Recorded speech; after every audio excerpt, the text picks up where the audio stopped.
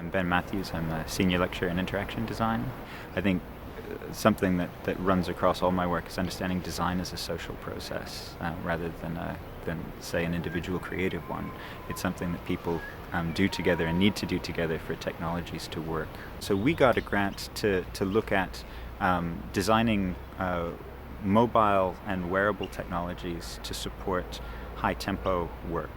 The important one that we're focusing on is emergency first response. So what kinds of technologies make sense for emergency first responders? We're thinking of ambulance, but it could also be fire or police or SWAT teams, depending on multi-casualty sites or dangerous sites.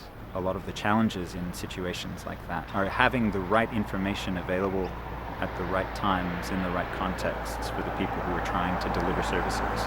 Some of that is, for instance, knowing if there's a patient that's unconscious, having access, say, to electronic medical records, you can imagine would be useful if you don't know what medications they're on and they're unresponsive, or you don't know their medical history and their multiple diagnoses and differing treatments that you might provide.